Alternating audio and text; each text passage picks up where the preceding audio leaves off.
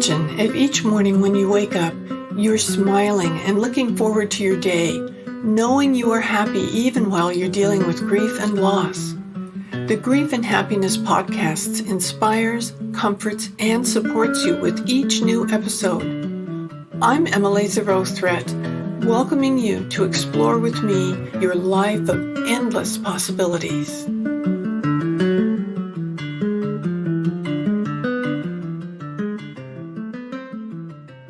Aloha. Welcome to my podcast today. I have a delightful guest, Karen Wilson, who Karen and I just had the experience of each writing a chapter in a book called Ignite Forgiveness. And it was really a wonderful experience, not only writing about our own instance of forgiveness that profoundly affected our lives, but getting to meet all the other people that wrote the other chapters in the book. And the book's quite wonderful. I highly recommend it. And it is an international bestseller, so it's well worth your time to read and get.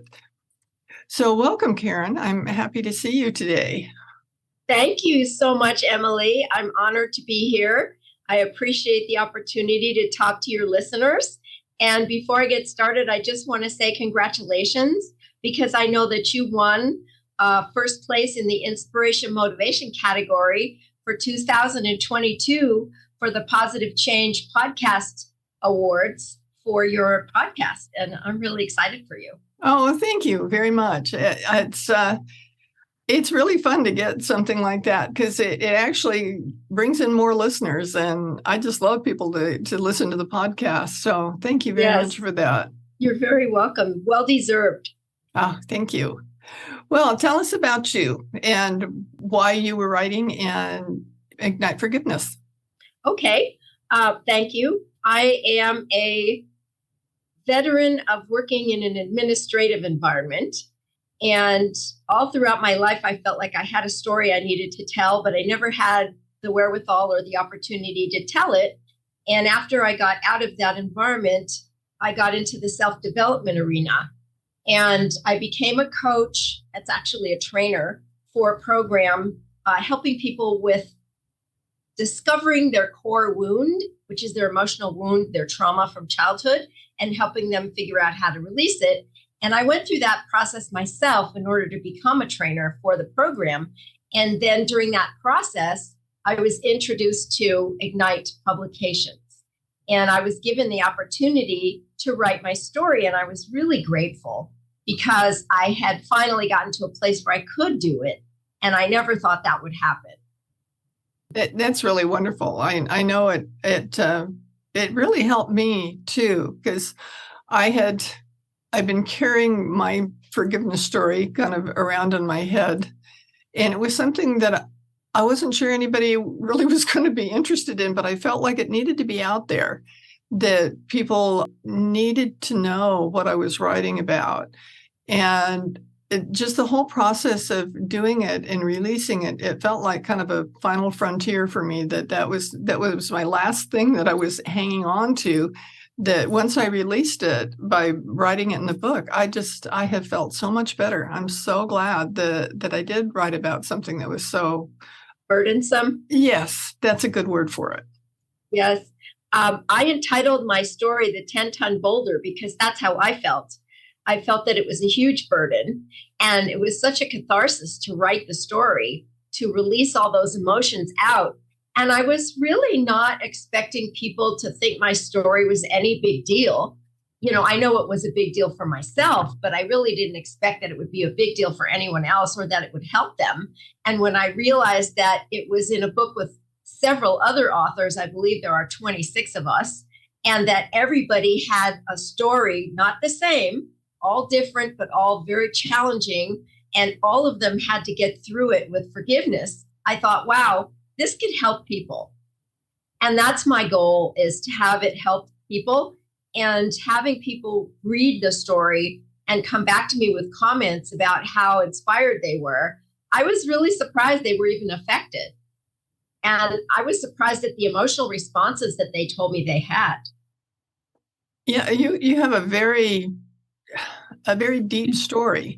I recall people that I knew when I was in high school that had similar things happen to them. back in those days. That's just how things were handled. And I always thought it was wrong.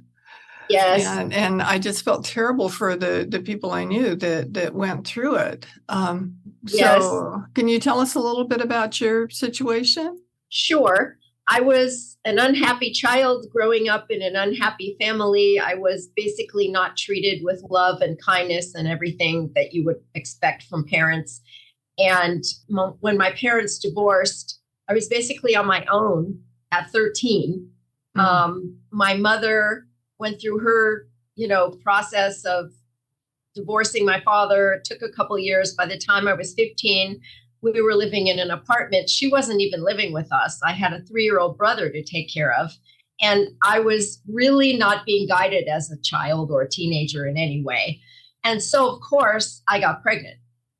And in those days, my family felt that it was a scandal. They didn't want to have anything to do with me. Both my parents kicked me out, and they weren't even living together anymore. And my father tried to get me to have an abortion. And by then I was too far along in my view, and I wouldn't do it. And so I found myself having to go live with the man who got me pregnant. And after a very short time, he kicked me out. So I was homeless. And I was just totally distraught because I didn't know what to do. In those days, you're not trained to fend for yourself, basically. You're being raised in a family. You're, not really very knowledgeable about the ways of the world. And so I had to end up on my mother's first cousin's couch in her apartment, where my mother's first cousin's husband's father was dying in the back room. Mm-hmm. And there was nurses going in and out all the time. And, I basically was on a very uncomfortable little couch. And in those days, they were very, very popular. They were brocaded. They had wooden arms and, not really comfortable for comfort's sake. It was for looks.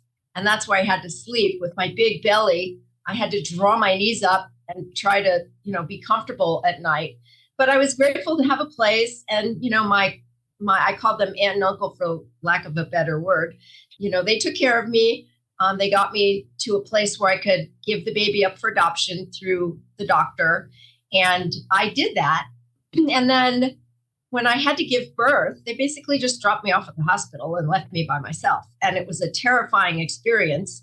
Throughout my pregnancy, I was having panic attacks every day. And I was just about fainting. And I had to keep breathing into paper bags to, come back to life. And when I got through the pregnancy and I was in the hospital, I was basically put in a place in the hospital for people who really shouldn't be with everyone else. Scandalous things happen, and these people have to be separated away from everyone. And so I was in this room with discarded furniture. Mm. And, I couldn't see my baby because I had told the doctor I didn't want to. And then I changed my mind because I thought I really need to see him.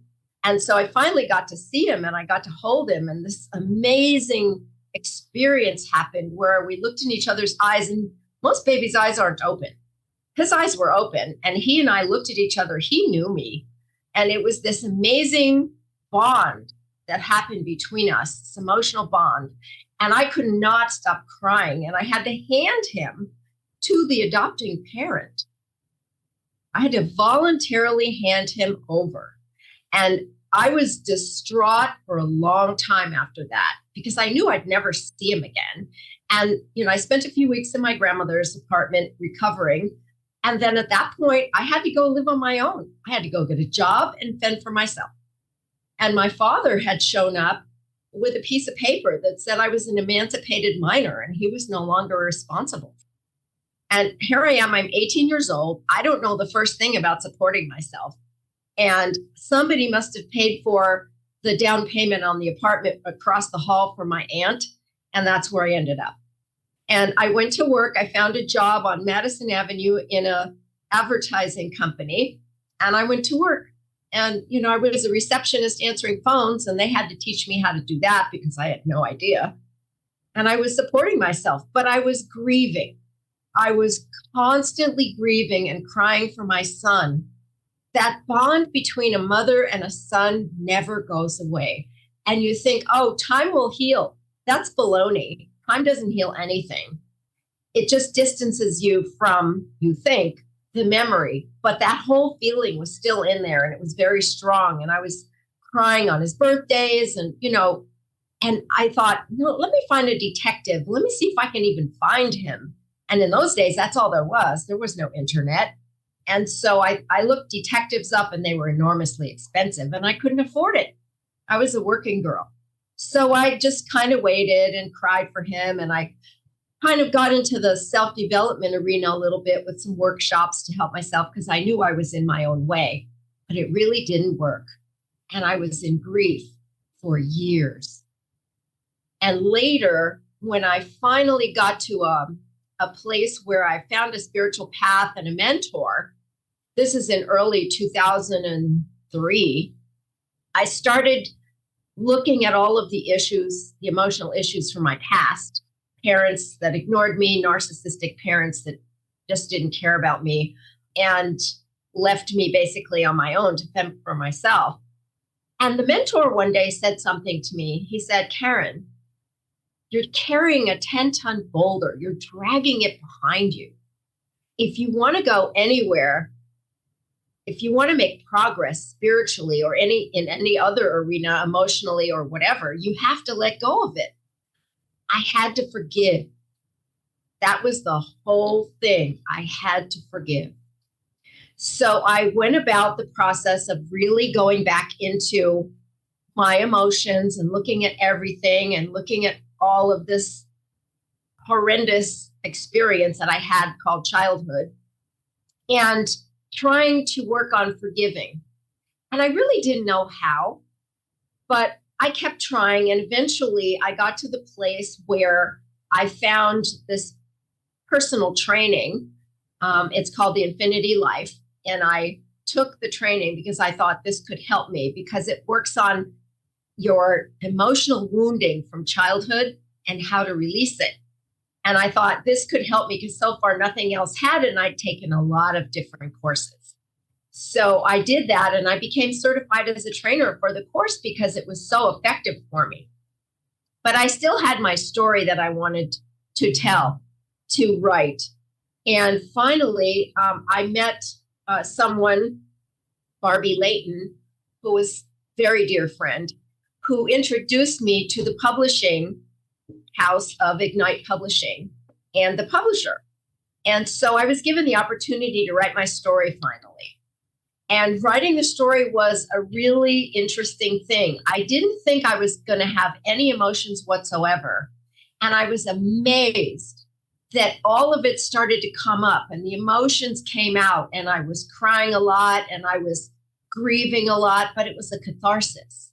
I was able to release that whole situation, and I was able to get to that place of actually forgiving everyone who was mean to me, everyone who didn't treat me as a human being in my childhood, and the man who got me pregnant, who decided after he got me pregnant, he didn't want to have anything to do with me or the baby. And so I was able to get to that place of forgiving. And the process of forgiving is so powerful because you find out you're the only one suffering. When you have anger or anything else towards someone else, you're the only one suffering. They're not. They could care less. It doesn't affect them. So it's really for yourself that you're doing this process. And so I had to go through it. I did go through it. And as you know, writing your chapter in the book, it was a catharsis for you as well. And the burden was lifted. And so now as I go through my life, I really look at, wow, I can forgive this person. If I get angry, I go back to the forgiveness and say, look at, are they perfect? No. Will they ever act the way you want them to? No. So who is it affecting? Me. So what do? I'm the only one in the equation that's going to change. So I have to forgive them. And if I forgive them, then I'm letting go of that burden that I'm holding on to emotionally. And then I'm in a better place. And that's what it's all about. Oh, it's such a powerful story to Thank you. see that there's hope for when you do forgive, that it makes a big difference. I Huge. yeah, I felt the same way when I wrote my chapter, and I thought that I had dealt with it. I That's what I thought that thought. I had done the forgiveness that I needed to do, Yes. and I did a whole lot toward that. My chapter had to do with my husband's illness and the mistreatment of it, and uh, not being able to get the doctors to pay attention. It was so frustrating. Yes. I read your chapter. It was just heart wrenching. Yeah, by going through that and trying to deal with it at the time, and after he died, I actually wrote everybody, all the doctors, the dialysis center, the people who made the dialysate, everybody. I did depositions. I did all this stuff because of it, and I thought that doing all that made it so that I could just move past it. And I had to do all that. I just felt like I had Sure. to do, and I told him I was going to do that before he died. But when I had the opportunity to write this chapter, I thought, you know what? I'm still carrying it around with me. I haven't dealt with it for me. I was No. dealing with all the things that I felt other people needed to hear, other people needed to know, but I hadn't really dealt with it for me. No. And you were doing that for your husband too. Mm-hmm. But even though you were doing that for him, it didn't help you. Yeah. So it was so powerful to me to write that. And once I wrote it, it's like, okay, the weight's been lifted, like your boulder. I felt the weight was lifted, and Yes. I don't need to think about that anymore. There's nothing I can do about it anymore. I did what I promised that I would do, and now it's time to look at the rest of my life. And the power of forgiveness is amazing. And that's what this book teaches you, the different stories of all the people in there, because they're amazing stories of things that people went through.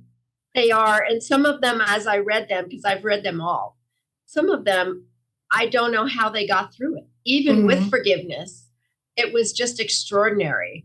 And it's very inspiring. But I have to say that after I got into the internet age, I did look for my son.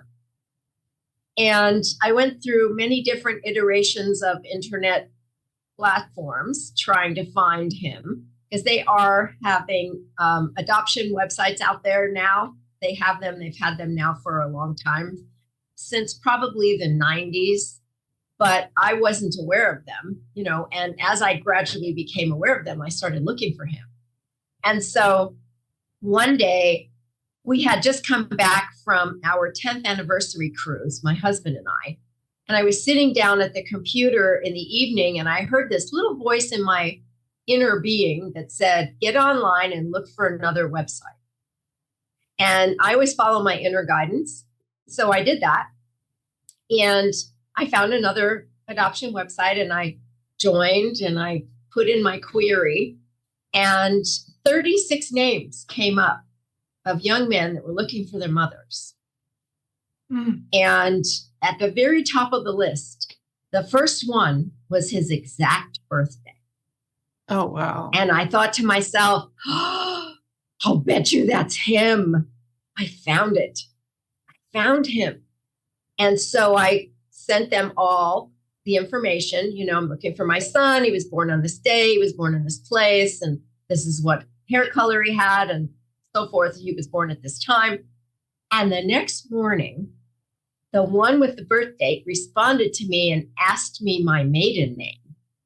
And I thought, oh my God, he knows. It's him. How would he know to ask me that unless he knew? So, of course, I told him what my maiden name was. And then he responded with, we have to talk. We have a match. Wow. Oh my, that was the most astounding moment that I could have had, other than my happily marrying my husband. That was beyond anything I expected, because I really honestly never expected to find him. And that was just incredible. And we did talk, and we were on the phone for 45 minutes, and I had an appointment and I had to leave, and I really didn't want to hang up. And we started talking, and I told him, go get your DNA test. I got mine. And he immediately ordered it. And then 3 weeks later, sure enough, it came back positive that we were mother and son. Wow. So I can't talk about it without getting emotional. But my husband and I hopped on a plane. It was Labor Day weekend, 2018, August 31st. And we hopped on a plane and we took a red eye and we went back east. And we arrived early in the morning. We're both exhausted. And we went to the hotel and freshened up. And he met us at the hotel. And I was reunited. Wow. With him. Yeah. Wow, that's so incredible.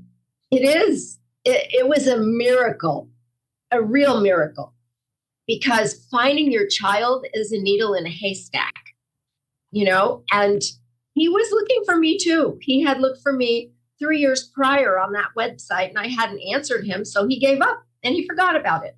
So he didn't expect that email. And it was amazing to meet him. And I found out I had 2 beautiful grandkids, and I got to meet them. Wow. So I now know who he is, where he is, his phone number, his name, all the things that plagued me throughout all of those years of not knowing, even if he was alive. And so now we're in contact. I have, contact with him often, and it's very satisfying to have that contact. The relationship is progressing. Let's say that. Yeah, I would think it would take a minute after all those years to Yes. get to know each other. Oh, yes. Yes. Those websites that they like, it's 23andMe and Ancestry and those sorts of websites are amazing. I have a friend who's older than I am who was adopted, and she always wanted to know something about her adoptive parents, and her mother wouldn't allow her to know anything.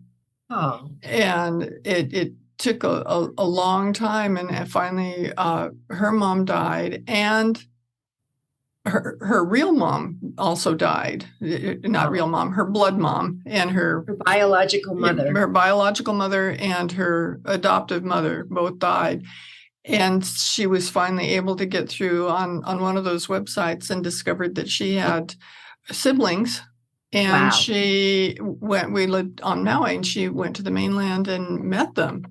That's after marvelous. all those years. And she was sad that she didn't get to meet her birth mother, but that was her birth mother's choice, as was her mom didn't want her. Her adoptive mom wanted to be thought of as her mom, so she didn't want her to know anything else. But and I don't know if they've even stayed in touch, but just to have the opportunity to realize she was connected and to know who it was like grounding for her. Yes, it's a really interesting thing to go through that process, because all of that time prior, I wondered, is he alive? Who is he? Where is he? Because I didn't name him.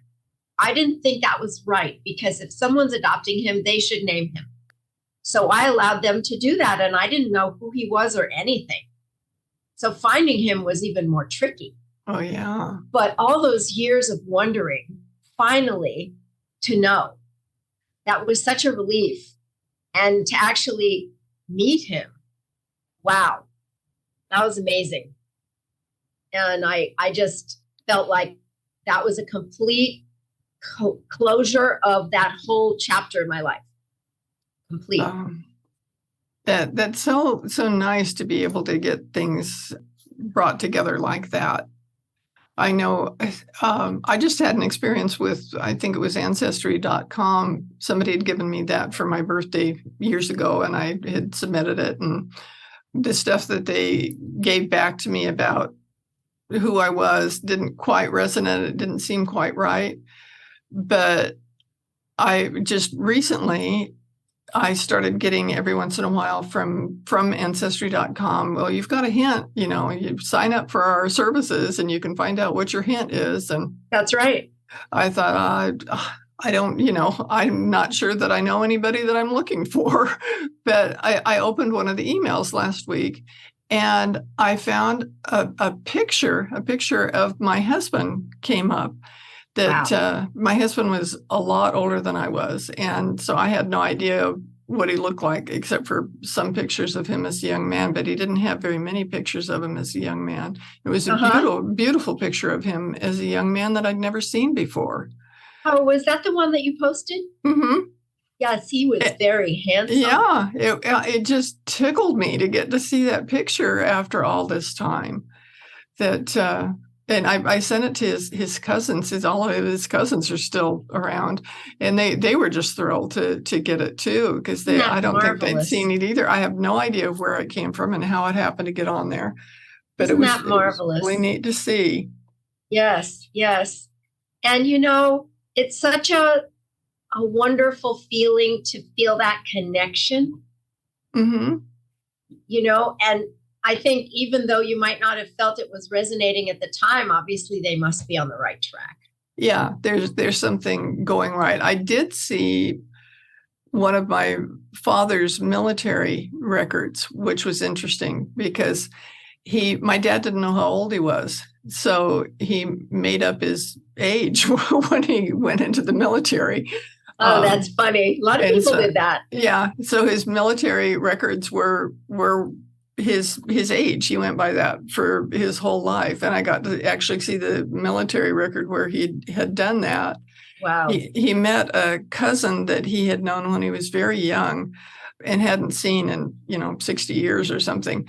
And they were talking about how old they were. And Dad said something and his cousin said, "You're not that age." He said, "We were the same age.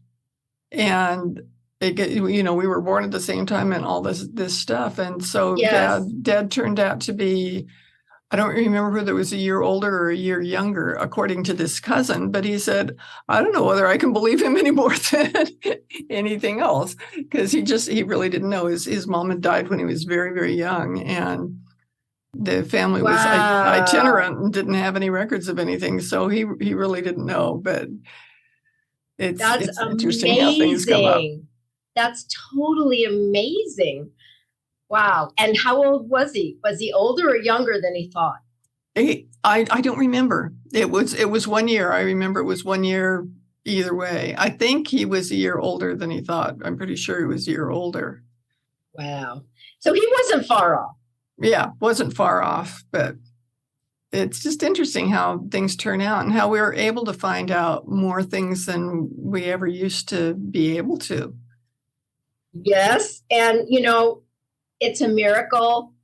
It's insane that they have this information on everybody and they can find people that are a match for you and they can tell you who you are, basically.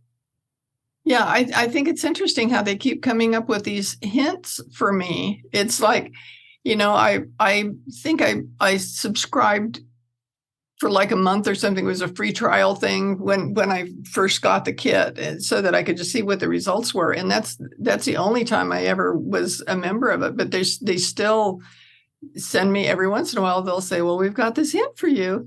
So I see hints too all the time from old newspaper clippings and, registrations from different things that you would never think about. And at some point, I really do want to join and look at all of them because I have a very interesting history. And I have created my family tree on there. And of course, I'm going to add my son and my grandchildren. But I have to tell you, the bond that I made with my granddaughter was really amazing. Obviously, she'd never met me or ever seen me before. And she wasn't feeling well. She just got new glasses and we were driving to dinner. And I said, "Come up here and sit next to me. Let's open the window. Let's take the glasses off and let's get you some fresh air." I put my arm around her and she was totally happy with that. And it's like she knew I was related. Yeah. And she was willing to sit on my lap. She was 8 years old when I met her. She was willing to sit on my lap at dinner. And the thrill of that was amazing. Wow. And my son's girlfriend said, I don't know how you got her to do that. You just met her, and I've been trying to get her to do that for a year. Wow. Blood. Wow. You know, blood. So that's the bond of blood. It never goes away. It's always there. And that's a comfort to me. That's a comfort to me that I know my son knows who I am. And one of these days I'm hoping to visit again and be able to, resume the relationship. Mm-hmm. But I know where he is. I know his name. I know his number. I know what he looks like. It's satisfying to have that mystery solved. Yeah. And what a miracle. Oh, yeah. That was a It's miracle. amazing. Absolutely amazing. A miracle. Yes. And I'm very grateful for it. But the forgiveness, I have to say that for the rest of my life, I'm going to be using that technique. Everybody isn't perfect. And I have come to realize that if you look at people as who they really are, and you really see them for who they are, then you can forgive them, because then you can realize that they probably were unhappy too. And they didn't know how to deal with it at all. Yeah. And no one's perfect. So I look at forgiveness as acceptance. If you can really look at people and accept them, then it's really easy to forgive them. Yeah. That's a beautiful way to put it. That really is. Yes. Thank you. Oh, well, thank you for being on the show today. I really appreciate you coming and sharing such a personal story with us, and to talk about the value and the purpose of forgiveness. It's really a nice thing to be able to take advantage of. Yes. And I do have the book on my website, if I may. Mm-hmm. It's https://meetkarenwilson.com. Okay, great. And we will also have that in the show notes so that you can just look in the show notes and click there and be able to go right there to Karen. Thank you. I appreciate the https:// part, because there's over 100 meetkarenwilson.com online. Oh, really? That's amazing. I know. If you don't put that HT part in front, you don't find me. But if you do, you go right to it. Oh, wow. Well, that's great. So hopefully lots of people will look you up, and hopefully so. Yes. And I'm grateful to have you here, and I'll see my listeners next week. Thanks for listening. Do you want more comfort, support, and happiness? Join the Grief and Happiness Alliance. Visit my website at lovingandlivingyourwaythroughgrief.com and read my book, Loving and Living Your Way Through Grief. Be sure to subscribe to our podcast, rate it, review it, and binge on all our episodes on grief and happiness. I can't wait to welcome you back to another episode